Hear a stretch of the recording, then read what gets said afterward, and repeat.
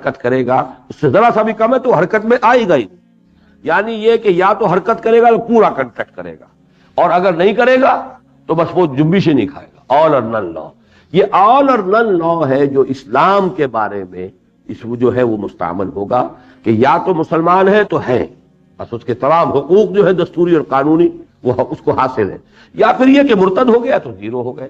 بیچ میں نہیں ہو سکتا یہ 50% اور یہ 30% اور یہ 70%، اس کے قانونی اور دستوری حقوق جو ہیں وہ آل اور نن لا جو ہے اسی کا مطلب ہے۔ یہ ہے اصل میں وہ مسئلہ، اسی میں تو ٹھوکریں کھائی ہیں۔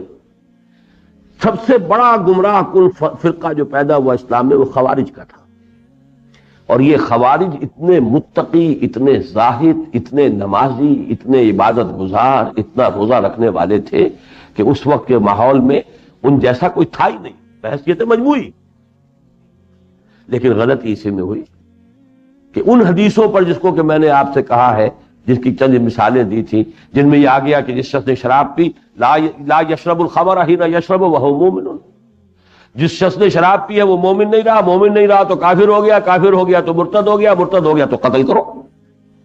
اس کا مال بھی تمہارے لیے مباح ہے اور اس کی بیوی بھی اب تمہاری لونڈی بن سکتی ہے۔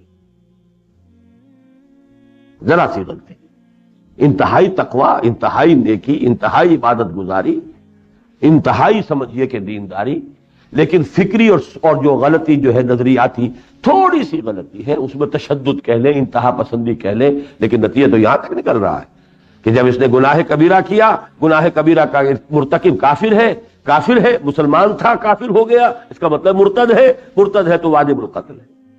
اس کا مال بھی مباح ہے، آپ دیجئے، وہ اب آپ کے لیے مال غنیمت ہے، اس کی بیوی ہے یا اس کی جو بھی خواتین ہے وہ بھی مباح ہے، وہ تمہارے لیے کنیزوں کی حیثیت سے اب گویا کہ تمہارے لیے مال غنیمت ہے۔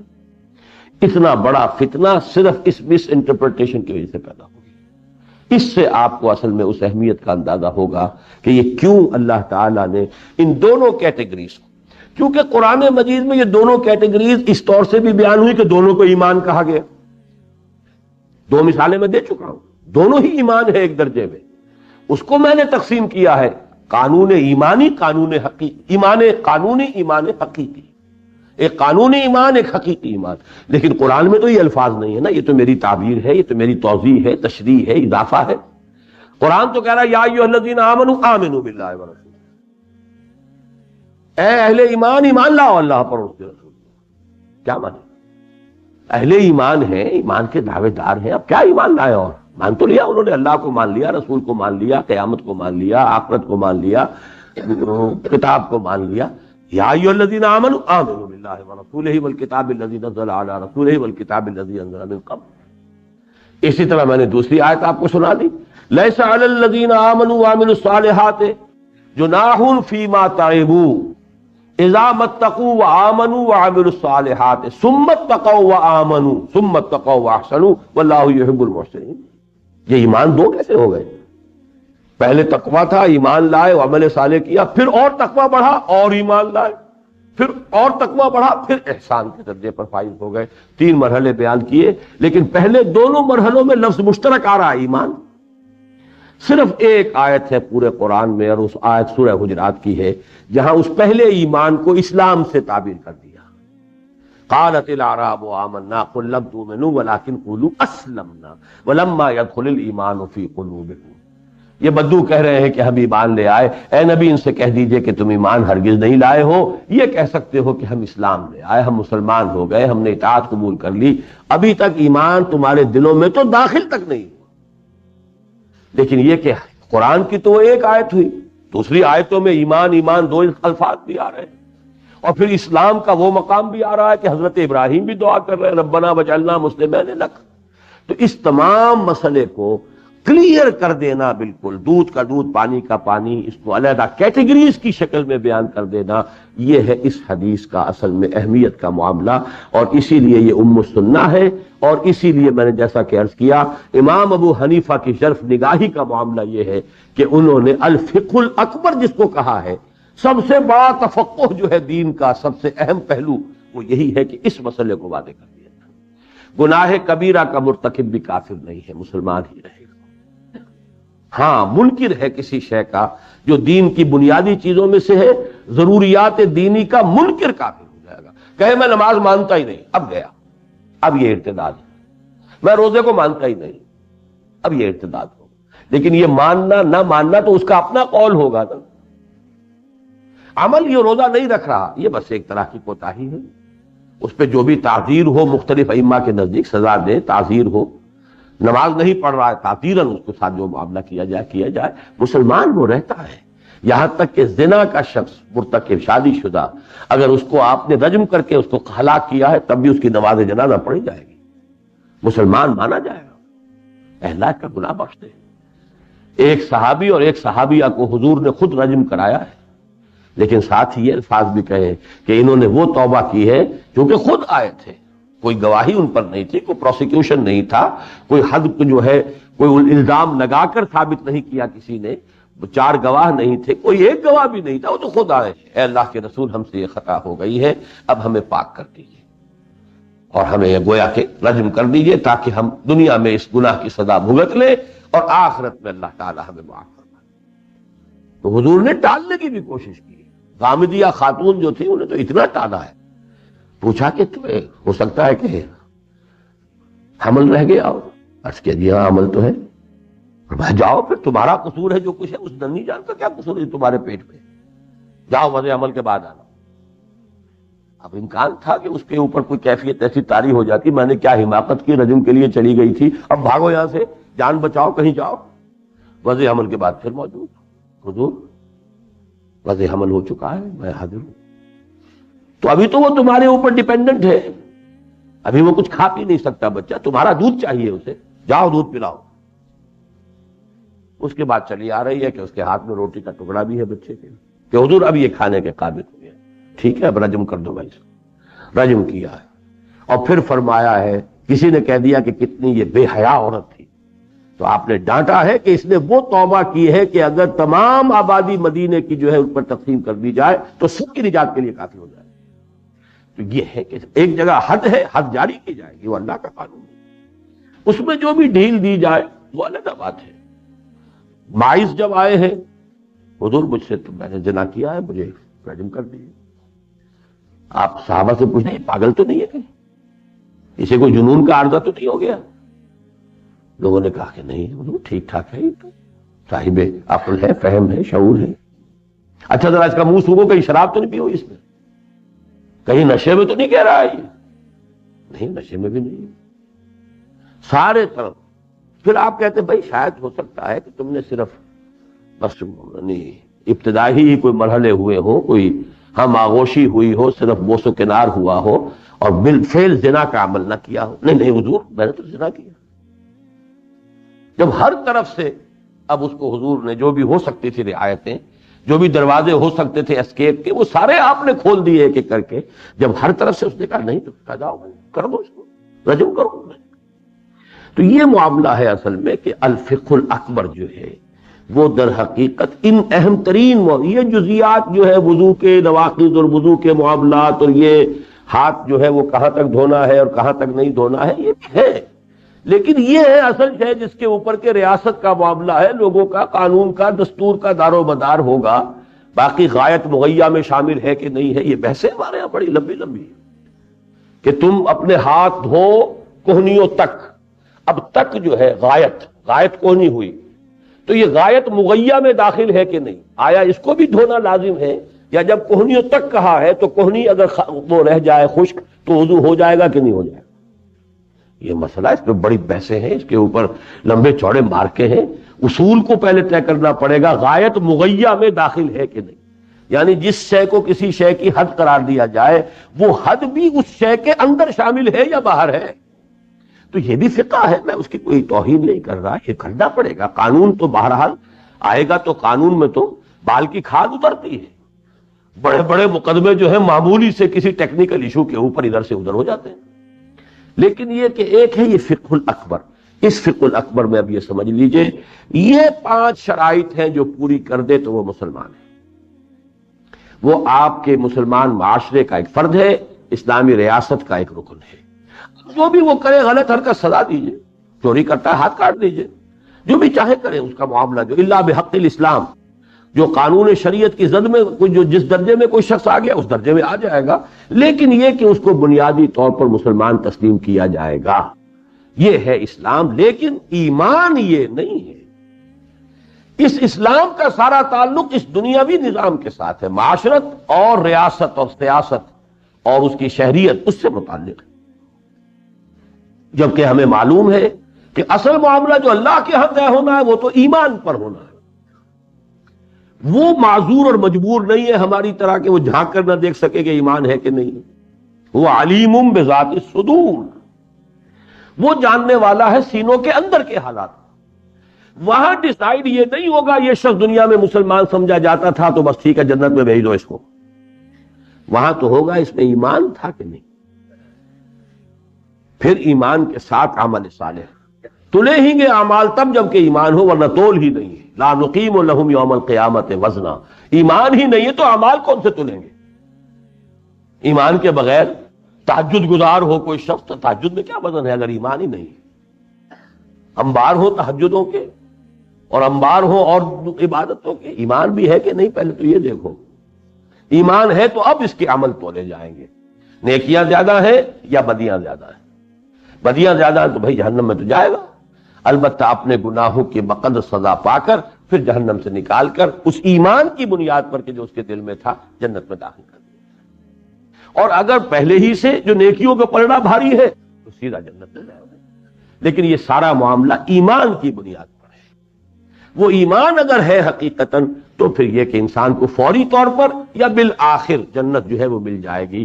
ایمان نہیں ہے تو اور چاہے کچھ بھی ہو، دنیا میں وہ مسلمانوں کا بڑا عظیم قائد بنا پھرتا ہو، بڑا رہنما بنا پھرتا ہو، بہت بڑا مرشد بنا پھرتا ہو، بہت بڑا معلم اور عالم اور مفسر اور فقیہ اور محدث بنا پھرتا ہو، جو بھی ہو، اگر وہ ایمان نہیں ہے تو قیامت میں اس کے لیے کچھ نہیں۔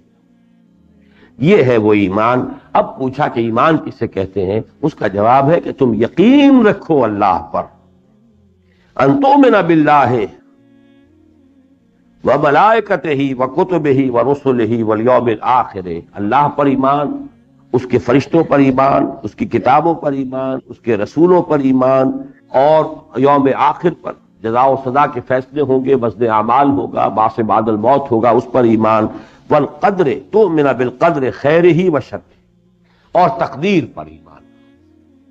یہ تقدیر پر ایمان، ویسے ایک بات تو یہ نوٹ کر لیجئے، الحمدللہ ہم نے تنظیم اسلامی کے لیے جو نظام العمل بنایا ہے اس کی ایک تو ہے تفاصیل، قواعد و ضوابط، وہ تو علیحدہ کتابچہ ہے۔ ایک یہ کہ ہم نے عقائد کو بھی شامل کیا ہے تنظیم کے بنیادی ڈھانچے کے اندر۔ اس میں ہم نے جماعت اسلامی کے دستور سے ایک اعتبار سے تو ہم نے مماثلت قائم کی ہے کہ جہاں تک کلمہ لا الہ الا اللہ محمد رسول اللہ کے مفاہیم جماعت اسلامی میں مولانا مودودی نے کبھی اپنے دستور میں شامل کیے تھے، ہم نے ان میں بعض چیزوں کا اضافہ کر کے زیادہ اکثر و بیشتر وہیں سے وہ چیزیں لی ہیں، اس لیے بہت عمدہ تعبیر ہے۔ علم جو ہے اور جو بھی حقائق ہیں وہ تو کسی کی میراث نہیں ہے، اور اس سے الحکمت ضالۃ المومن هو احق بها حيث وجدها، وہ ہم نے وہاں سے لی ہے، البتہ اضافہ کیا ہے کچھ چیزوں کا۔ یہ بہت قابل مطالعہ چیزیں ہیں، اور یہ تنظیم کے تمام رفقا کو تو پڑھنی ہی چاہیے، لازماً ازبر ہونی چاہیے۔ باقی دوسرے حضرات بھی جو تنظیم کو سمجھنا چاہیں اس کا ضرور مطالعہ کریں۔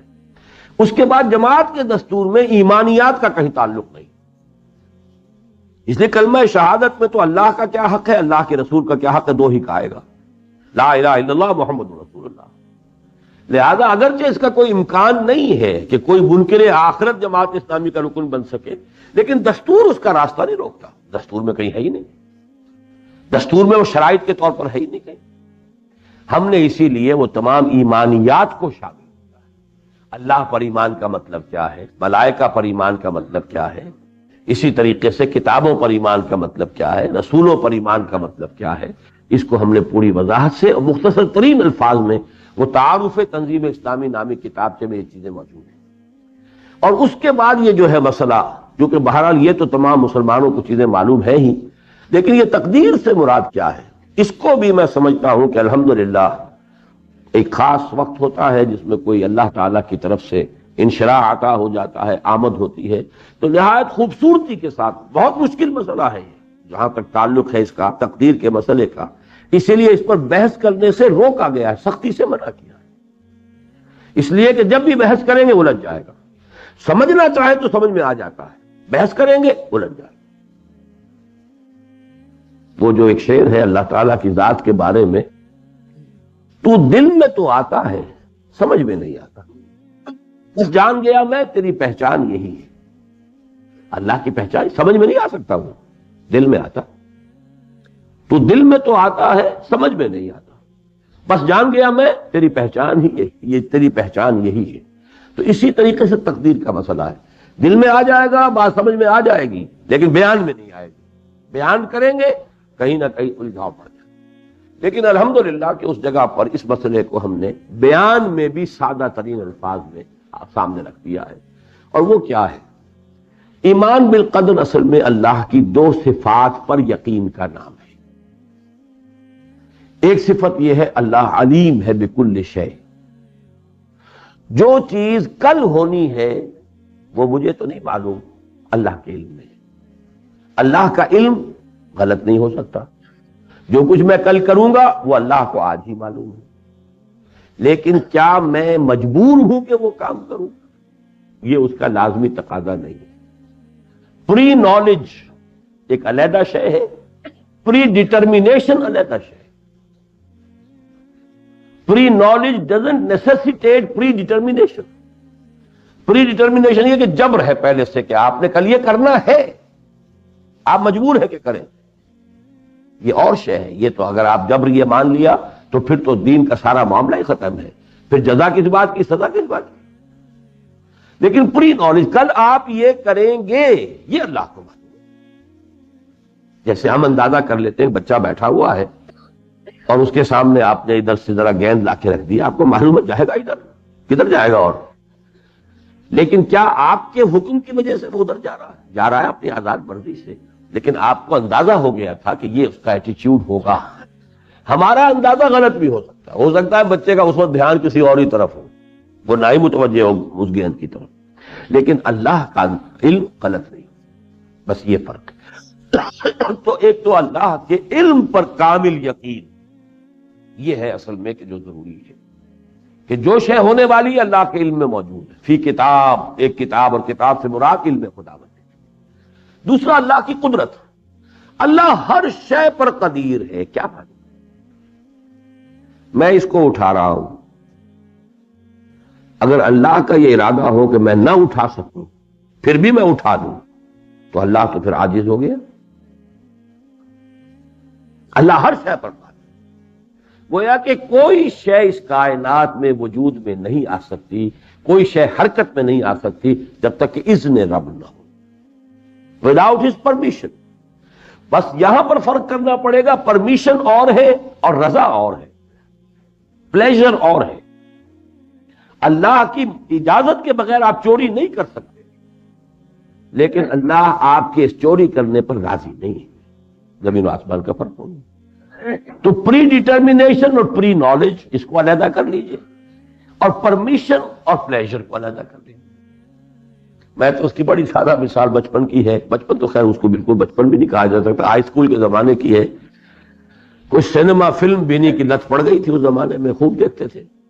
اب وہ والدہ سے اجازت لے رہے ہیں کہ آپ اجازت دیجئے، نہیں دے رہی، نہیں دے رہی، نہیں دے رہی، لگے ہوئے ہیں۔ آگے کہتے اچھا دفع ہو جاؤ، جاؤ۔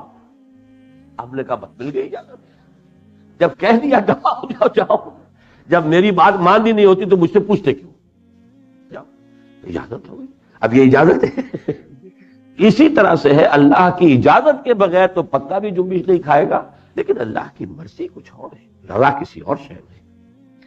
ان دو، اللہ کی قدرت کا یقین، اللہ کے علم کا یقین، ان دونوں کو جمع کر لیجئے۔ وہ کوئی شے ہمیں نہیں مل سکتی جب تک کہ اللہ نہ چاہے، کوئی شے ہم کر نہیں سکتے جب تک اللہ نہ چاہے، کوئی ہمیں غضب نہیں پہنچا سکتا جب تک اللہ نہ چاہے، کوئی ہمیں نفع نہیں پہنچا سکتا جب تک اللہ نہ چاہے۔ اس کی یہ معنی نہیں ہے کہ وہ کچھ نہیں کر رہا، اس نے تو پتھر مارا ہے مجھے، لیکن مجھے پتھر نہیں لگ سکتا تھا اگر اللہ نہ چاہتا۔ اس کا پتھر مار دینا، اول تو وہ بھی اللہ کی پرمیشن کے بغیر نہیں، اس نے چاہا کہ میں پتھر ماروں تو پتھر مارنے کا اس کا فعل بھی بغیر اللہ کی پرمیشن کے نہیں ہوگا۔ اللہ نے اجازت دی، مارو مارو، تاکہ تم نے تو مار کر اپنے لیے عذاب کما لیا نا، تمہیں جو کرنا تھا وہ تم نے کر لیا۔ اب وہ پتھر میرے آ کر لگے، یہ اللہ کے اذن کے بغیر نہیں۔ اگر مجھے لگ گیا تو اللہ کے اذن سے لگا ہے، اور اگر نہیں لگا ہے تو ظاہر بات ہے کہ وہ اپنے اس جرم کا جو ہے وہ تو مرتکب ہو گیا۔ یہود نے تو سولی پر چڑھایا حضرت مسیح کو، چاہے وہ حضرت مسیح نہیں تھے، کوئی اور تھا۔ اسی طریقے سے جو شخص سور سمجھ کر کھا رہا ہے، چاہے وہ بکری کا گوشت ہو، وہ تو سور ہی کھا رہا ہے۔ یہ ہے اصل میں سارا تقدیر کا معاملہ۔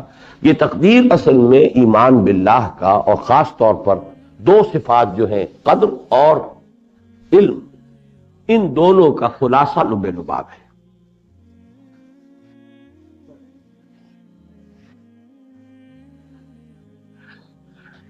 اچھا، اب یہ تو پہلا حصہ جو ہے میں سمجھتا ہوں کہ اس پر اب ہمیں ختم کرنی چاہیے بات، کہ اس حدیث کا پہلا حصہ جس کی اصل اہمیت ہے یہ ہے الفقہ الاکبر۔ اسلام کو علیحدہ ذہن میں رکھیے، ایمان کو علیحدہ رکھیے۔ آخرت کا سارا معاملہ ایمان سے متعلق ہے، اسلام سے متعلق نہیں۔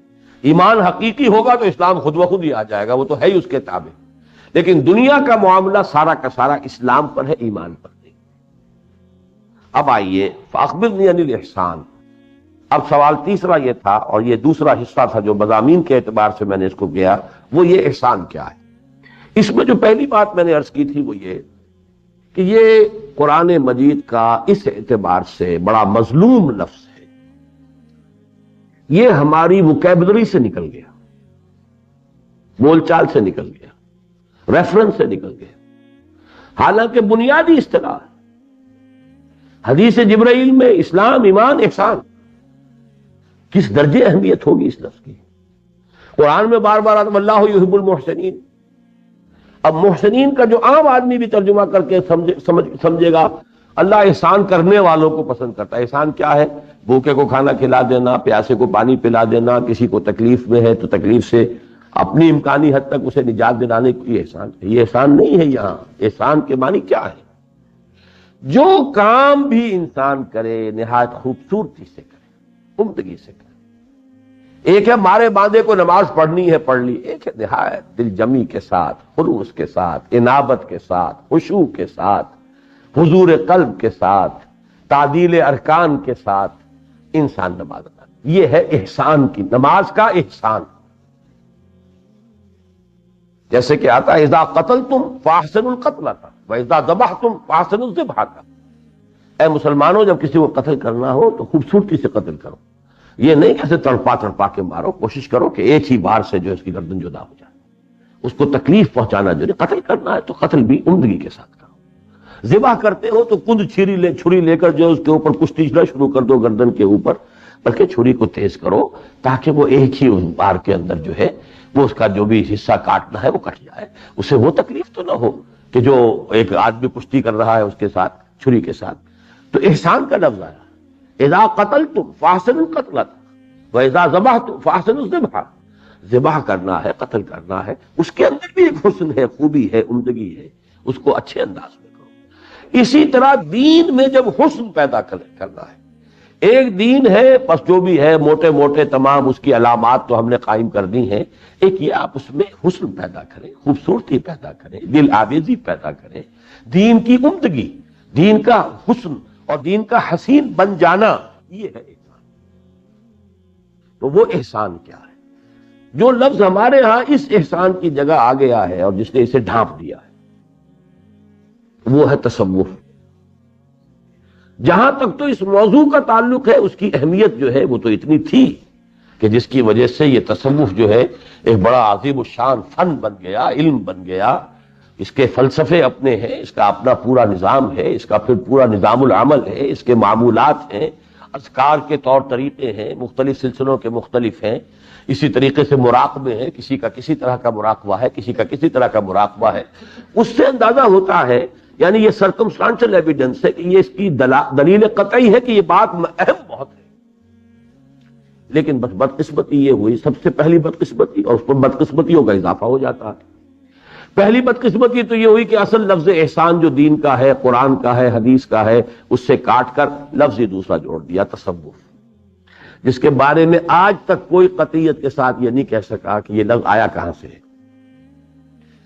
صوف سے بن سکتا ہے تصوف لفظی اعتبار سے، کیونکہ ہمارے جو ابتدائی تابعین کے دور ہی میں کچھ جو اس طرح کے حضرات جن پر زہد کا غلبہ ہو گیا تھا، جیسا کہ میں نے عرض کیا نا کہ صحابہ میں بھی ایسے تھے، صحابہ میں ایسے بھی تھے کہ جن کا اصل جوہر جو ہے میدان جنگ میں کھلتا تھا، مقابلہ اور قتال۔ صحابہ میں ایسے بھی تھے جو راتوں کو کھڑے رہتے تھے، جس پر کہ حضور کو روکنا پڑا۔ ایک ہے عمرو بن العاص، وہ میدان کے آدمی ہے، جنگ کے آدمی ہے، سیاست کے آدمی ہے، اور یوں سمجھیے کہ جس کو آج کل آپ کہتے ہیں کہ جو تدبر ہے سیاست کا، سیاست دانی ہے، ڈپلومیسی ہے، ڈپلومیسی اچھے سینس میں، برے سینس میں نہیں، وہ ایک اس طرح کے آدمی ہیں۔ ان کے بیٹے ہیں عبداللہ ابن عمرو بن العاص، وہ زاہد انتہائی درجے کے، ہر روز روزہ ہے، پوری رات کھڑے ہیں۔ تو حضور نے ڈانٹا انہیں، یا عبداللہ اولم اخبر انک تقوم اللیل وتصوم النہار، اے عبداللہ مجھے یہ خبر دی گئی ہے کہ تم ساری رات عبادت کرتے ہو، ہر روز روزہ رکھتے ہو۔ عرض کیا بلا یا رسول اللہ، کیا کریں، کیسے چھپائیں؟ ہاں حضور صحیح ہے، آپ کو جو اطلاع آئی ہے وہ غلط نہیں، لا تفعل، مت کرو، روکنا پڑا ہے۔ فَإِنَّ لِنَفْسِكَ عَلَيْكَ حَقًّا وَإِنَّ لِزَوْجِكَ عَلَيْكَ حَقًّا وَإِنَّ لِزَوْرِكَ عَلَيْكَ حَقًّا، تمہارے اپنے نفس کا بھی تم پر حق ہے، تمہاری بیوی کا بھی تم پر حق ہے، تمہارے ملنے والوں کے، دوستوں کے، آنے والوں کے بھی تم پر حقوق ہیں۔ یہ تم نے کیا کیا؟ رات میں رات بھر کھڑے ہو۔ اب یہ ہے کہ ہر ایک کا مزاج تھا، ایک کہاں باپ کا مزاج اور کہاں بیٹے کا مزاج، زمین و آسمان کا فرق۔ تو صحابہ میں سے بھی پھر تابعین کے دور میں جن پر یہ زہد اور للہیت کا کافی غلبہ ہوا، تو وہ ان میں یہ رنگ آ گیا تھا، اور وہ لوگ جو ہے اپنے جسم کو تکلیف دینے کے لیے اونی کپڑے پہنتے تھے۔ ریشم تو ویسے ہی حرام ہے، نرم و نازک کپڑا ریشم مرد کے لیے حرام ہے، لیکن یہ کہ اور دوسرے کپڑے بھی وہ پہننے کی بجائے اونی کپڑے، تاکہ جسم کے اندر چبھتے رہیں اور تکلیف دیتے رہیں، تو اس لیے ان کو صوف سے صوفی بنا دیا اور تصوف اس سے بن گیا۔ ایک رائے یہ ہے۔ ایک لوگ کہنا چاہتے ہیں کہ صفا سے بنائے، صفا سے کسی بھی اشتقاق کے اصول سے لفظ تصوف بنتا نہیں، یعنی صفائے قلب، صفائے نفس اس سے بنتا ہی نہیں، تو تصفیہ بنے گا، تصوف تو نہیں بنتا۔ اس حوالے سے یہ لفظ جو ہے اس کو میں کہا کرتا ہوں کہ یہ مجہول النسب ہے، اس لفظ کا نسب ہی معلوم نہیں، اس کا مادہ کیا ہے، کہاں سے نکلا یہی پتہ نہیں، لیکن یہ ایسا زبازد خواص و عوام ہوا ہے، پھیلا ہے دنیا کے اندر، اور اس کا سب سے بڑا جرم یہی ہوتا ہے، جیسے کہ اصول ہے بدعت اصل میں سنت کو ختم کرتی ہے، کوئی نئی بات آئے گی کسی نہ کسی سنت کو دفع کر دے گی، ختم کر دے گی، نگاہوں سے اوجھل کر دے گی۔ اسی طریقے سے یہ لفظ جو ہے اس نے اس سب سے پہلا ظلم تو یہ کیا، احسان تو گیا۔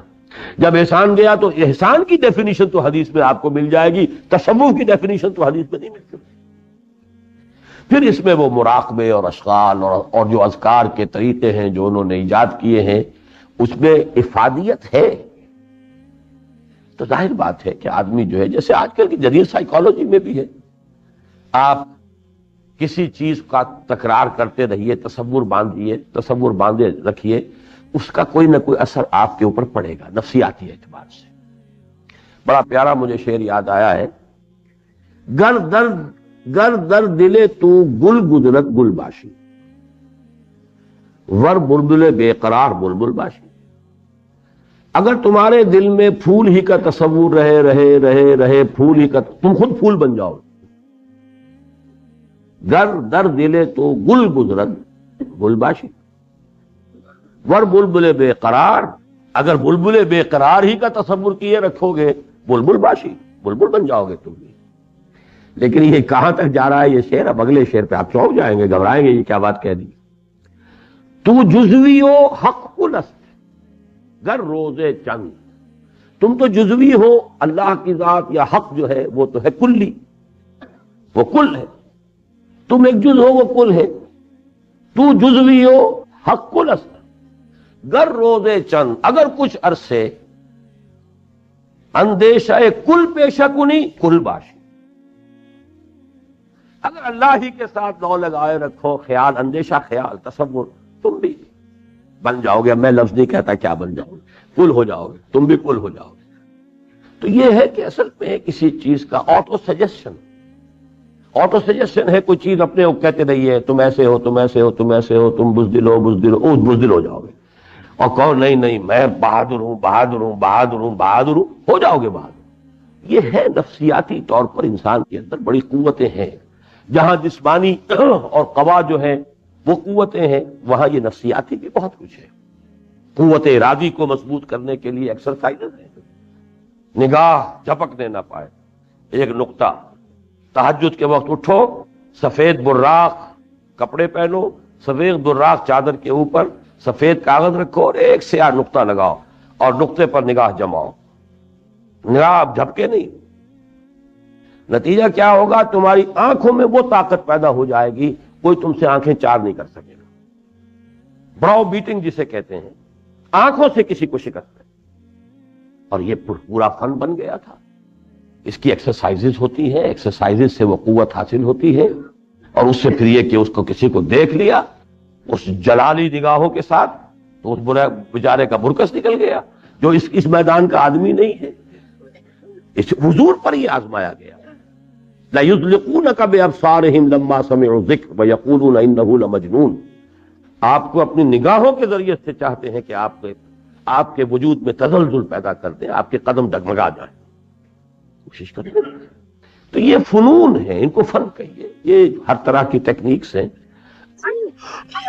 تو یہ تمام جو اوراد ہیں، جو بھی اس کے طریقے ہیں، تصورات ہیں، اس کے حوالے سے کچھ نہ کچھ حاصل ہوتا ہے، اس میں کوئی شک نہیں۔ اور ہندوستان میں ہندو یوگیوں کا مقابلہ کرنے کے لیے مسلمان صوفیوں نے ایک وقت میں یہ ٹیکنیکس جو ہے اپلائی کی ہیں، اور اس میں کوئی حرج بھی نہیں ہے۔ جس شے کا آپ کو توڑ کرنا ہے، ہندو یوگیوں نے چونکہ بڑی ایکسرسائز کی ہوتی تھی، بڑے ان کی تپسیائیں، کھڑا ہے ایک شخص کو ہمالیہ کی کسی برف پوش چوٹی کے اوپر کھڑا ہے اور ہاتھ اونچا کر دیا ہے، ہاتھ سوکھ گیا ہے کھڑا۔ اب کتنی قوت ارادی اس میں پیدا ہو چکی، حب سے دم ہے، زمین کے اندر قبر میں دفن کروا دیا ایک آدمی کو، اور وہ کتنے دن جو ہے قبر میں رہا ہے، زندہ ہے، نکلا ہے، ایکسرسائز کی ہے۔ اس کو پہلے چند منٹ کی ہوئی ہوگی، پھر اس پہ محنت کی ہے، پھر وہ 1 گھنٹے تک گیا ہے، دنوں تک گیا، حب سے دم چل رہا۔ تو یہ تمام چونکہ یہاں مسلمان صوفیہ کو مقابلہ پیش آیا تھا ان سے، تو وہ ٹیکنیک ظاہر بات ہے، ان الحدید بالحدید یفلح، لوہا تو لوہے سے کٹ سکتا ہے، تو اس کے مقابلے کے لیے انہوں نے بھی یہ ٹیکنیکس استعمال کی ہیں۔ پھر چونکہ اس ٹیکنیک کے ساتھ ان کے پاس توحید تھی، اللہ کی توحید، اللہ کا یقین، رسول کے انوار و برکات، سنت کا معاملہ، لہذا ان کے اندر دو اچھا ہو گیا معاملہ۔ لیکن اصل احسان جو ہے دین کا وہ یہ نہیں، یہ چیزیں حضور کی تعلیمات میں بنیادی طور پر نہیں، کہیں عارضی اور وقتی اور فوری ضرورت کے تحت استعمال کی جائیں تو حرام بھی نہیں، لیکن اصل کیا ہے؟ اب وہ ہے احسان کی ڈیفینیشن۔ پوچھا گیا فاخبرنی عن الاحسان، تو جواب دیا ان تعبد اللہ کانک تراہ فإن لم تکن تراہ فإنہ یراک، کہ تم اللہ کی بندگی کرو۔ اور یہاں نوٹ کر لیجئے ایک دوسری روایت، اور یہ مجھے یاد ہے، عبداللہ ابن عمر رضی اللہ تعالی عنہما، حضرت عمر کہہ رہے ہیں ان تعبد اللہ کانک تراہ، حضرت عبداللہ ابن عمر ان کے صاحبزادے کہہ رہے ہیں کہ جواب میں حضور نے فرمایا تھا ان تعمل للہ کانک تراہ فإن لم تکن تراہ فإنہ یراک۔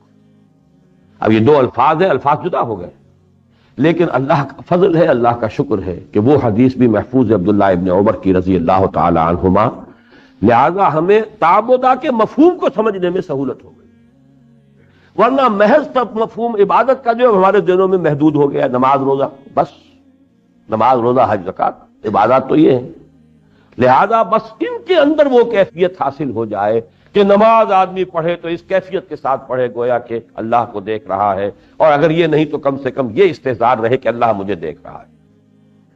جب آپ کے لفظ آگے ان تعمل للہ کانک تراہ فإن لم تکن تراہ فإنہ یراک، اب اس کا دائرہ وسیع ہو گیا کہ عبادت، اور ویسے بھی ہم مانتے ہیں، ہمارا تو تصور عبادت یہی ہے، عبادت نام ہے پوری زندگی میں اللہ کی بندگی، ہمتن ہما وجو عبد بن جاتا، عبد دیگر عبد ہو چیزیں دیگر، ما سراپا انتظارو منتظر، عبدیت تو وہ ہے، عبد کامل تو محمد رسول اللہ صلی اللہ علیہ وسلم۔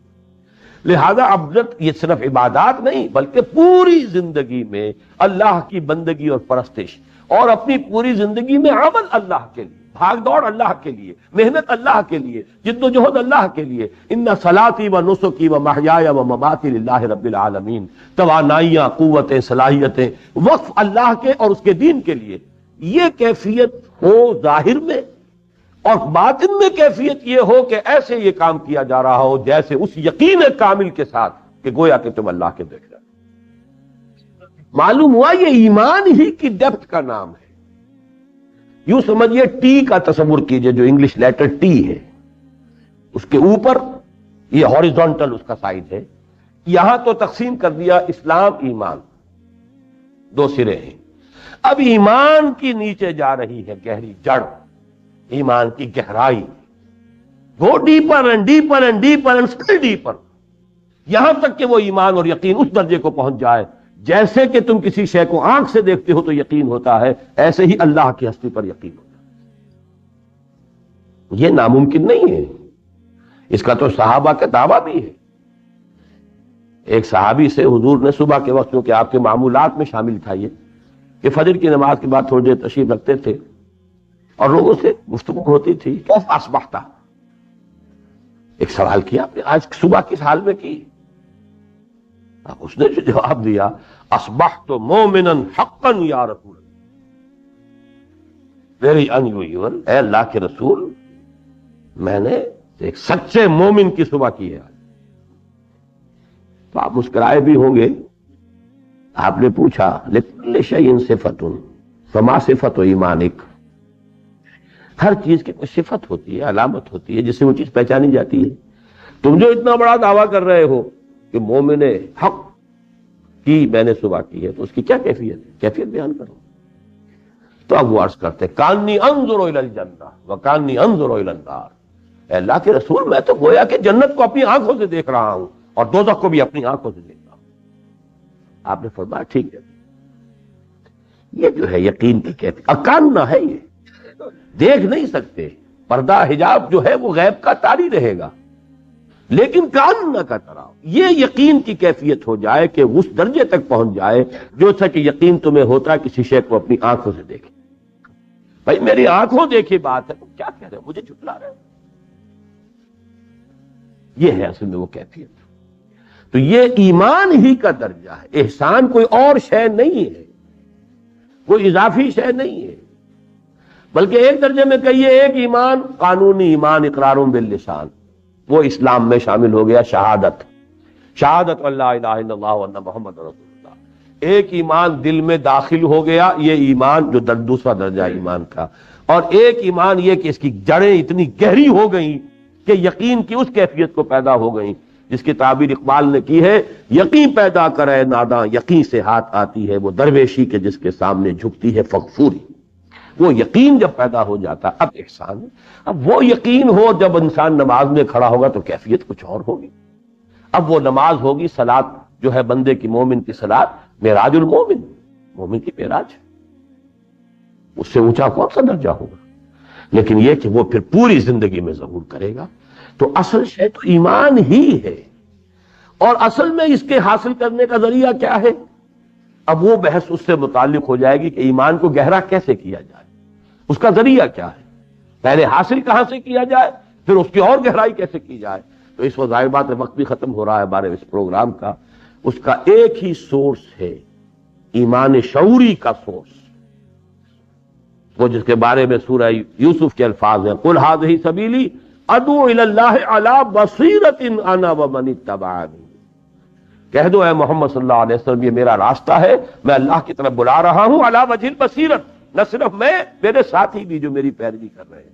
ابو بکر بھی اگر بلا رہا ہے تو ڈیف اینڈ ڈم نہیں ہے، he is not a deaf and dumb and blind follower of mine, وہ بھی جس راستے کی طرف بلا رہا ہے علی وجہ البصیرۃ بلا رہا ہے۔ تو وہ علی وجہ البصیرۃ ایمان اور ہے، بلائنڈ فیتھ بھی ایک ایمان ہے، وہ بھی ایمان ہے، ایمان ہونے کے اعتبار سے مؤثر بھی ہوگا، انسانی شخصیت پر ذاتی اعتبار سے اس کے اثرات مترتب ہو جائیں گے، لیکن ایک معاشرے کو بدلنے کے لیے، ایک انقلاب لانے کے لیے ایمان درکار ہے جو علی وجہ البصیرت ہو، جس کے ساتھ کہ کانشس ایمان، انٹلیکچوئل ایمان، انٹلیکچوئل جو ہے ایلیمنٹ اس کا موجود ہو، علی وجہ البصیرت ایمان ہو، اور اس وجہ بصیرت والے ایمان کی صرف ایک سورس ہے، وہ قرآن ہے اور کچھ نہیں۔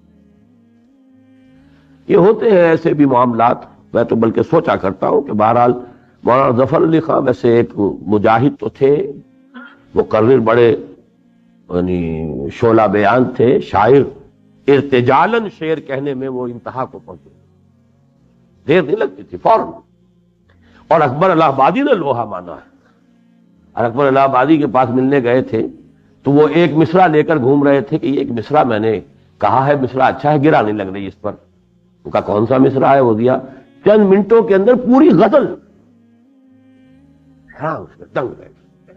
وہ جو بولانا اور جولانا، اور یہ جو ایک ان کی نظم ہے بڑی مشہور کہ صلاح الدین نے فصل صلیبی جس سے کاٹی تھی وہ ہنگامے درو، وہ ایک بڑی اہم نظم ہے ان کی، جس میں تمام قافیے نہایت مشکل ہیں. ہنگامے درو لانا اور بو لانا اور جو لانا، ہمارا کیا ہے بھائی، ہم نہ مسٹر ہے نہ مولانا. پکالے پیس کر کچھ جو، تھوڑے سے جو لانا، کچھ ایسا ہے. پکالے پیس کر 2 روٹیاں، تھوڑے سے جو لانا، ہمارا کیا ہے بھائی، ہم نہ مسٹر ہے نہ مولانا. اب وہ اس ایک مصرے کے اوپر اکبر الہ آبادی سے ایک گرا نہیں لگ رہی تھی، اور انہوں نے پوری غزل کہہ کر جو ہے بولانا اور ہنگامے دراؤ لانا. تو وہ جو درہاتی اس مہ نو کی، مہ نو، اب دیکھیے جو چاند نیا ہوتا ہے وہ گویا کہ درہاتی کا جو ہوتا ہے وہ جو گول وہ ہے. درہاتی اس مہ نو کی بہنگامے دراؤ لانا. واقعہ یہ کہ اس اعتبار سے تو بہت اونچے. اور مولانا اصلاحی صاحب نے ایک دفعہ کہا تھا کہ میں پنجابی شعراء میں سے اردو پر پوری قدرت رکھنے والا ایک ہی شخص کو مانتا ہوں، اور وہ ہے ظفر علی خان. اقبال کو نہیں مانتے تھے. اردو زبان پر، اردو ایک زبان کی حیثیت سے پوری طرح قدرت رکھنے والا وہ صرف ایک شخص ہے، اور وہ ظفر علی خان. بہرحال میرا اس وقت ذہن جو ادھر گیا ہے وہ ان کے شعر کی طرف ہے، اگرچہ میرے خیال میں وہ اس میدان کے آدمی نہیں تھے، لیکن ہو جاتا ہے کبھی. بڑا پیارا شعر کہا ہے، یہ اسلام جو ایمان ہے وہ کہاں سے آئے گا؟ وہ جنس نہیں ایمان جسے لے آئیں دکانیں فلسفہ سے. ڈھونڈے سے ملے گی عاقل کو، عاقل کے لفظ کو نوٹ کیجیے، یعنی انٹلیکچوئل ایلیمنٹ جو ہے، ڈھونڈے سے ملے گی عاقل کو یہ قرآن کے سیپاروں. عقل آپ کی ہو، قرآن پر آپ تدبر کریں تو ایمان حقیقی حاصل. ایک بات ہے، ڈھونڈے سے ملے گی عقل کو یہ قرآن کے سیپار. انٹلیکچوئل ایمان کی سورس سوائے قرآن کے کوئی نہیں. اور پھر اس کو بڑھانا ہے، بڑھانا ہے، بڑھانا ہے. پڑھے جاؤ، پڑھے جاؤ، پڑھے جاؤ. اتل ما اوحی الیک من الکتاب واقم الصلاۃ اتل ما اوحی الیک من کتاب ربک لا مبدل لکلماته. پھر پڑھا، تلاوت کرتے رہو، پڑھتے رہو، غور کرتے رہو، تدبر کرو. افلا یتدبرون القرآن. اس سے ہی ایمان گہرا ہوگا. ایمان گہرا ہوگا، یقین کی کیفیت میں شدت پیدا ہوگی. ایمان کے منافی عادات اور اطوار اور افعال وہ خود بخود جو ہے پتجھڑ میں جیسے پتے جھڑ جاتے ہیں درختوں پر سے، ایسے جھڑتے چلے جائیں گے. یہی عمل تزکیہ ہے. کوئی اور آرٹیفیشل طریقہ تزکیے کا محمد الرسول اللہ صلی اللہ علیہ وسلم سے ثابت نہیں. باقی جو اللہ نے دی ہیں عبادات، نماز ہے، روزہ ہے، روزہ بھی تزکیے کی ایک مدد ہے. لیکن یہ سارے اعمال، روزہ ہے، روزہ بھی تزکیے کی ایک مدد ہے. لیکن یہ سارے اعمال کا بھی دار و مدار ایمان پر ہے. روزے پر روزے رکھے جائیے، ایمان نہیں ہے، وہ کیفیت حاصل نہیں ہوگی. نمازوں کے ڈھیر لگا لیجئے، وہ ایمان کی کیفیت نہیں ہے، یہ رسم بن جائے گی. جس کو شاہ ولی اللہ نے کہا ہے کہ ایک بات عادت بن جانا نماز کا، اس سے بھی نماز کی تاثیر ختم ہو جاتی. عادت ہو گئی. جیسے ایک خاص وقت پر آپ کو بیت الخلاء جانا ہے، اس وقت طبیعت کے اندر جو ہے خود بخود ایک جو ہے وہ ایک تحریک پیدا ہوتی ہے. ایسے ہی کوئی عادت بن گئی ہے.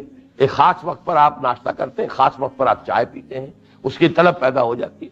کچھ لوگوں کی وہ طلب ہو جاتی ہے نماز، وہ نماز پڑھ رہے ہیں عادتاً، نماز کی تاثیر ختم ہو جاتی ہے. وہ تو یہی ہے کہ شعور کے ساتھ نماز ادا ہو رہی ہو اور اس کو جو ہے انسان ایمان کے ساتھ پڑھ رہا ہو تو اس کی کیفیت حاصل ہو. تو یہ ہے تزکیہ اسلام کا، تصوف اسلام کا، تزکیہ اسلام کا، تربیت اسلام کی.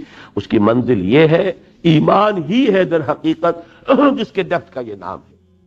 اب اس میں بھی ایک بات میں آپ سے عرض کر دوں، ایک موجود ہے آج کل بھی بقید حیات ہیں ایک سلسلے کا، بلکہ یوں کہیے کہ ایک سلسلے کے بانی ہیں اسی تصوف کے میدان میں، اور ہمیں ان سے زیادہ دلچسپی اس اعتبار سے ہوئی کہ وہ ان تمام سلاسل جو بھی چلے آ رہے ہیں ان سب کو انہوں نے ڈیناؤنس کیا ہے کہ یہ کوئی مسنون چیزیں نہیں ہیں اور یہ کوئی صحیح طریقے نہیں ہیں، چاہے وہ چشتیہ ہو اور یا سہروردیہ ہو یا اور نقشبندیہ سب کی انہوں نے نفی کی.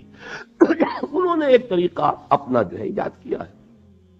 اس طریقے کے اندر بھی چونکہ وہ ایجاد ہے، بھلے ایجاد بندہ، اس میں بھی خامی اور خرابی موجود ہے. وہ یہ یہاں سے شروع کرتے ہیں کہ تم یہ تصور کرو کہ اللہ تمہیں محبت بھری نگاہ سے دیکھ رہا ہے. اس تصور کو پکاؤ. اب یہ خود ایک مصنوعی اور آرٹیفیشل جو ہے ایکسرسائز ہے سائیکولوجیکل، جبکہ قرآن میں تو یہ ثابت نہیں. دیکھ رہا ہے یہ تو ثابت ہے، لیکن دیکھ رہا ہے غضب آلود دیکھ رہا ہے کہ محبت سے دیکھ رہا ہے. یہ آپ کو پتا ہے سود خوری کر رہے ہو وہ تو تمہیں محبت سے دیکھے گا. حرام خوری کر رہے ہو تمہیں محبت سے دیکھے گا کہ غضبناک ہو کے دیکھے گا. فاذنوا بحرب من اللہ ورسولہ. اب اگر ان چیزوں سے نکالا نہ جائے، اس پر ایمفیسس نہ ہو، جو شخص آیا اسے کہہ دیا جائے بس تصور کرو کہ اللہ مجھے محبت سے دیکھ رہا ہے، اسے اور کیا چاہیے؟ وہ تو پہنچ گیا معراج پر. جب محبوب رب بن گیا، اللہ کا محبوب بن گیا، اسے کیا چاہیے؟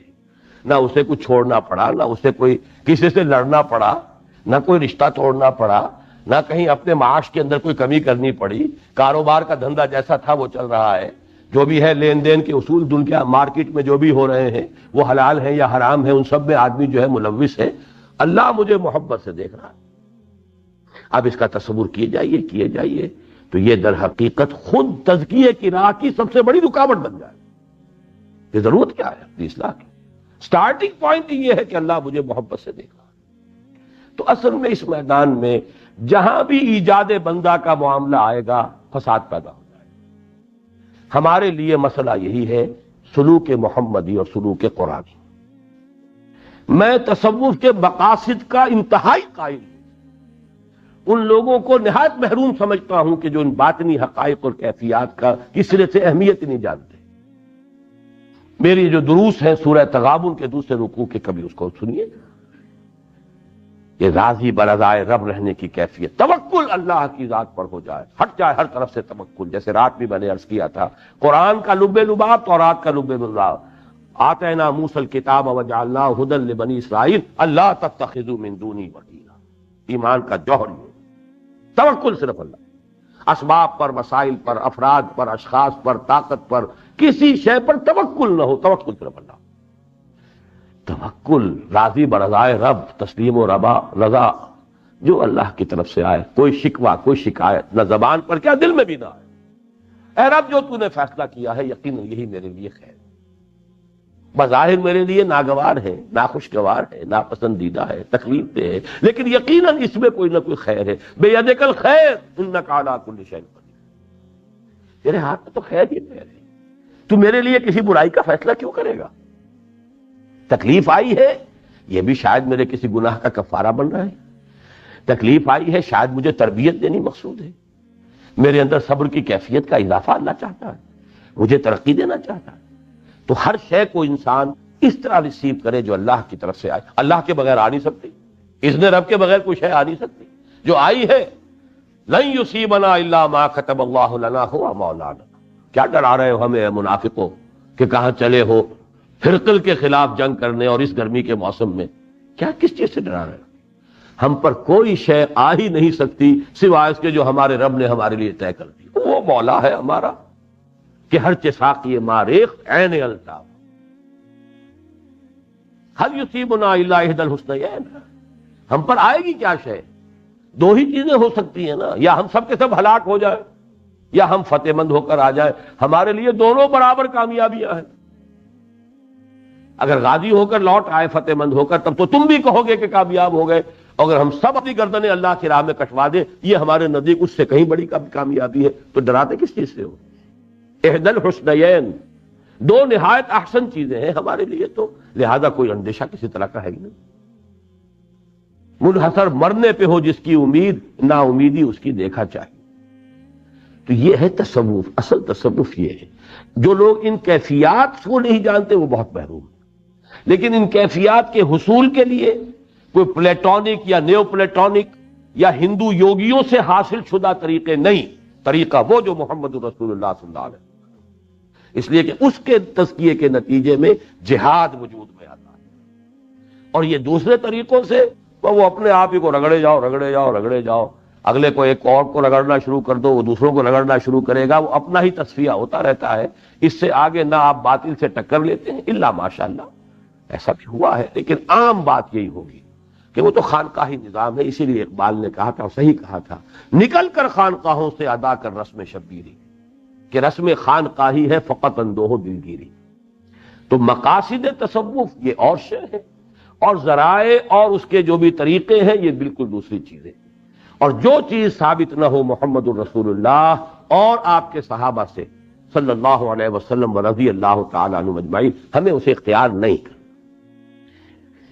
اب آخری بات رہ گئی قیامت کے بارے میں، میرا خیال ہے کہ اب اتنی وقت بھی ختم ہو گیا ہے، اور ایسی وہ بات ہے بھی نہیں۔ قیامت کے بارے میں نے آپ کو بتا دیا کہ ذو معنیین الفاظ ہیں، آپ نے یہ نہیں کہا مجھے نہیں معلوم، لیکن قرآن مجید کے متعدد مواقع سے یہ معلوم ہوتا ہے کہ شاید حضور کے علم میں بھی یہ بات نہیں تھی کہ قیامت کب آئے۔ البتہ اس کے نہایت قریب ہونے کی آپ نے جو ہے گوشت انا و ساہ کا ہاتین، ایسے میں اور میری قیامت جو ہے اور میری بعثت ایسے جڑے ہوئے ہیں، اور تم آخری امت ہو میں آخری رسول ہوں، تو قیامت تو بہت قریب ہے، کوئی دور کی بات نہیں ہے۔ میں نے جمعے میں بھی آپ کو بتایا تھا، میری کتاب پر ایک دانشور نے تبصرہ کیا کہ آپ نے تو قیامت کو بہت جلدی دکھا دیا، اس لیے کہ واقعتاً میں نے شاید رات تذکرہ کیا تھا شمس نوید عثمانی صاحب کا، تو ان کی کتاب سے مجھے ایک اور بھی بات ایسی ملی ہے جس سے مجھے اتفاق ہے، غلطی ہو سکتی ہے لیکن یہ کہ بہرحال مجھے اس سے اتفاق ہے، اور وہ یہ ہے کہ یہ 15ویں صدی ہجری جو ہے یہ آخر ہے دنیا کا، اسی میں ہو جانا ہے جو بھی ہونا ہے۔ یہ سارے جو ابھی راؤنڈز آنے ہیں، ملاحم، ملحمت الکبریٰ، نزول مسیح، خروج دجال، پھر عالم پوری دنیا پر اسلام کی حکومت 40 برس تک، اور اس کے بعد ختم، یہ ہو جانا ہے اسی صدی میں۔ اس لیے کہ ایک حدیث موجود ہے حضرت سعد بن ابی وقاص رضی اللہ تعالی عنہ سے کہ حضور نے فرمایا کہ میں نہیں سمجھتا کہ میری امت اتنی عاجز ہوگی اپنے رب کے نزدیک کہ وہ اسے نصف دن کی بھی مہلت نہ دے۔ اس پر صحابہ نے جنہوں نے اب یہ واقعہ سنا، حضرت سعد سے یہ قول سنا حضور کا، تو سوال کیا کہ آپ کے خیال میں نصف یوم سے کیا مراد ہے؟ فوراً ان کا 500 برس، اس لیے کہ اللہ کا دن ایک جو ہے قرآن مجید میں 2 جگہ پر آیا، سورہ سجدہ میں بھی اور سورہ حج میں بھی، کَأَلْفِ سَنَةٍ مِّمَّا تَعُدُّونَ، جو تم گنتی کرتے ہو اس کے حساب سے 1000 سال کے برابر۔ اور یہ یوم در حقیقت اس اعتبار سے ہوتا ہے کہ اللہ تعالیٰ کے ہاں جو یونیورسل پلاننگ ہوتی ہے معاملات کی، جیسے ہم کہتے ہیں کہ یہ 5 سالہ جو ہے وہ ایک منصوبہ ہے، تو اللہ تعالیٰ کے ہاں 1000 برس کا ایک منصوبہ تیار ہوتا ہے، آئندہ کے لیے جو کچھ ہونا ہے اب وہ ایگزیکیوشن کے لیے فرشتوں کے حوالے کر دیا جاتا ہے۔ يُدَبِّرُ السَّمَاءَ إِلَى الْأَرْضِ ثُمَّ يَعْرُجُ إِلَيْهِ فِي يَوْمٍ كَانَ مِقْدَارُهُ أَلْفَ سَنَةٍ مِّمَّا تَعُدُّونَ۔ اسی کے حوالے سے اکبر کے زمانے میں، مغل اعظم کے زمانے میں یہ بات اٹھائی گئی کہ 1000 سال پورے ہو گئے ہیں دین محمدی پر، اب اس کا زمانہ ختم ہو گیا، اب نئی تدبیر ہے اور وہ دین الہی ہے، الف ثانی شروع ہو چکا ہے، لہذا ایک نیا دور آ چکا ہے۔ بہرحال اس میں ہے کہ 500 برس، تو 1500 برس میرے نزدیک جو ہے اس امت کی عمر ہے۔ سابقہ امت کی 2000 برس ہوئی، لیکن اس کے بھی عین بیچ میں حضرت عزیر علیہ السلام ہے، اس کی جو تجدید ہوئی ہے، گویا کہ ایک تعمیر نو ہوئی ہے اس امت کی، وہ بھی فاصلہ بنے گا وہی 2000، ایک 1000 برس کے 2 سپینز ان کو دیے گئے۔ تو اس امت کے بارے میں حضور نے فرمایا کہ میں نہیں سمجھتا کہ میری امت اتنی عاجز ہوگی کہ اللہ آدھے دن کی بھی مہلت نہ دے، یعنی 1000 سال کا ایک دن تو ہے ہی ہے، 500 برس ہو، یہ تعبیر ہے۔ بہرحال مجھے اس سے اتفاق، اس لیے کہ میں ان تمام چیزوں کا اب احادیث کے اندر بہت ہی گہرائی کے ساتھ مطالعہ کر چکا ہوں، جو ایونٹس بتائے گئے ہیں، کتاب الملاحم اور کتاب جو قیامت کی جو اشراط الساعہ، قیامت کی جو علامتیں بتائی گئی ہیں، اس کے اب بالکل نظر آ رہا ہے کہ اب یہ ایک فاسٹ موونگ ڈراما کی حیثیت سے بات جو ہے وہ چل رہی ہے، بڑے تیز ہوگا۔ 2-3 سال کے اندر مڈل ایسٹ کے اندر ایک بہت بڑی بھٹی دہکے گی، اور پھر وہ سارے جو ہیں جس کو آپ کہتے ہیں چین ری ایکشن، وہ واقعات ایک کے بعد دوسرے آنے شروع ہو جائیں گے. یہ سامنے کی بات نظر آ رہی ہے. بلکہ میں نے شاید وہ جمعے میں جو کچھ بیان کیا تھا اس میں ایک بات رہ گئی تھی بیان کرنے میں. ہمارے ایک ساتھی ہیں جو پی آئی اے میں فلائٹ انجینئر ہیں، پچھلے دنوں وہ گئے ہوئے تھے بینکاک. وہاں ٹیلی ویژن پر ایک پکچر دکھائی جا رہی ہے، اور اس پکچر میں بائبل کی کچھ سٹوریز اور واقعات کو بڑے ڈاکومنٹڈ فارم میں دلائل کے ساتھ، ثبوت کے ساتھ پیش کیا گیا ہے. اور اس میں وہ بات جو پہلے بھی میرے علم میں تھی، میں نے سنی تھی، لیکن اب یہ کہ ایک ڈاکومنٹری فلم میں پورے دلائل استدلال کے ساتھ لائی جا رہی ہے، وہ یہ ہے کہ ان کا یہ عقیدہ ہے یہودیوں کا، اور اس کو اب ڈاکومنٹڈ فارم میں وہ پیش کر رہے ہیں، کہ وہ جو تابوت السکینہ تھا جس میں کہ حضرت موسیٰ علیہ السلام کا عصا اور جو وہ الواح دی گئی تھی پتھر کی سلیں جن پر کہ تورات مرقوم تھی، جو دی گئی ہیں کوہ طور پر جنہیں لے کر آپ آئے ہیں، وہ رکھی ہوئی ہیں. اور بھی کچھ تبرکات ہیں مما ترک آل موسیٰ و آل ہارون، تو حضرت موسیٰ اور حضرت ہارون علیہ السلام کے اور ان کے خاندان کی کچھ تبرکات ہیں. وہ بڑا سا ایک صندوق ہے. وہ صندوق ایک عرصے میں ان سے گم ہو گیا تھا، اور وہ ان کے لیے بڑا منحوس زمانہ تھا. اور حضرت طالوت کی پھر بادشاہی کے حق ہونے کی علامت بیان کی گئی تھی. یہ قرآن میں ہے سب کچھ، سورہ بقرہ کے وہ 3 پارے کے شروع میں، اس میں ساری، یا 2 پارے کا اخیر ہے یہ، تو اس کے اندر یہ سارا معاملہ موجود ہے کہ وہ تابوت سکینہ جو ہے تمہیں واپس مل جائے گا. وہ مل گیا تھا.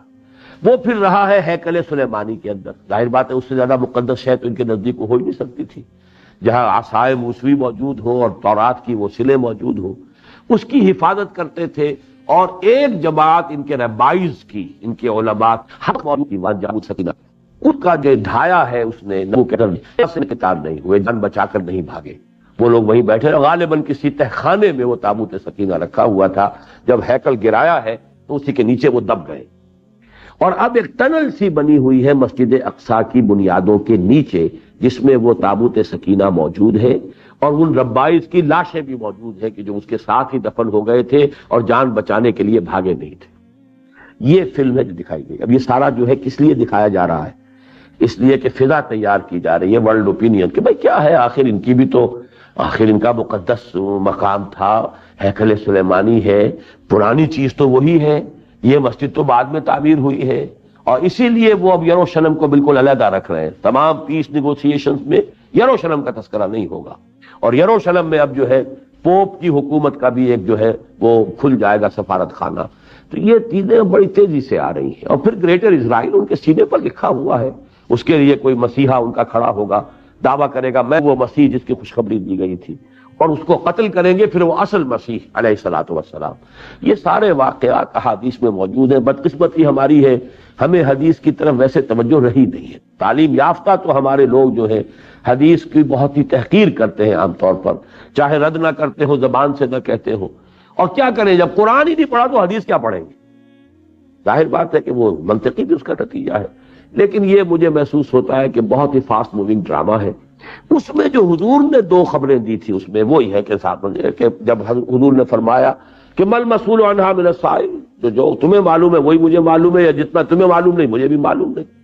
اور یہ جیسا کہ میں نے عرض کیا، اس کے 2 مفہوم ہو جائیں گے ذرا، اس اعتبار سے کہ آیا اسی وقت جبرائیل کو پہچان لیا ہے تو اس کا مفہوم کچھ اور ہے، اور نہیں پہچانا ہے تو اس کا مفہوم کچھ اور ہے. جیسے ایک عام آدمی کو کچھ پتا نہیں، ایسے مجھے بھی کچھ پتا نہیں. یا یہ کہ اے جبرائیل جیسا کچھ تمہیں پتا ہے اتنا ہی مجھے پتا ہے، اس سے زیادہ میں بھی نہیں جانتا. تو یہ دونوں الفاظ کے اندر محتمل المعنیین ہیں یہ الفاظ. البتہ اس کے بعد جب پوچھا انہوں نے کہ مجھے بتائیے اس کی علامات کیا ہیں، تو وہ بات بالکل صحیح فرما دی.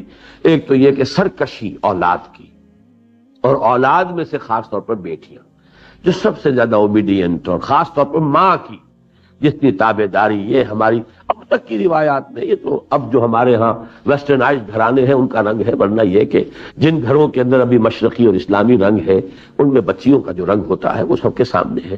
لیکن یہ کہ جب یہ بچیاں جو ہیں، بیٹیاں، وہ ماؤں کو کنیزیں سمجھنے لگے اور مالکائیں بن جائیں. اور جیسا کہ میں نے جمعے میں عرض کیا تھا کہ چونکہ اس قسم کی بعض مثالیں میرے علم میں ہے ڈیفیکٹو، کہ بیٹیاں بے راہ ہو رہی ہیں اور ماں سب کچھ دیکھ کر بھی کچھ نہیں کہہ سکتی، کہ پتہ نہیں یہ کیا بک دے گی منہ سے، زبان سے جواب میں کیا کہہ دے گی، کہ اس کے بعد وہ کچھ پردہ جو ڈھکا ہوا وہ بھی پردہ بھی اٹھ جائے. اس لیے وہ خاموش رہتی ہیں، کچھ نہیں کہہ سکتی، زبان بند، گونگی ہو کر رہتی ہیں اپنی بچیوں کے سامنے. یہ معاملہ انتلد الامۃ ربتہا. اور دوسرا تو آج کون اندھا ہے جسے نظر نہیں آ رہا, اور یہ معاملہ کل 50-60 برس کا ہے. کیا تھا وہاں پر؟ یہاں پہ عرب کے رہنے والوں کے لیے سب سے بڑی سورس حج کی آمدنی. حج کا قربانی کا گوشت سکھا سکھا کر کھاتے تھے, اور یہ کہ چونکہ اس کو بھیڑیں بکریاں پالتے تھے تو ان کے لیے تو گویا کہ ان کا سیزن لگتا تھا جب حج آتا تھا, قیمتی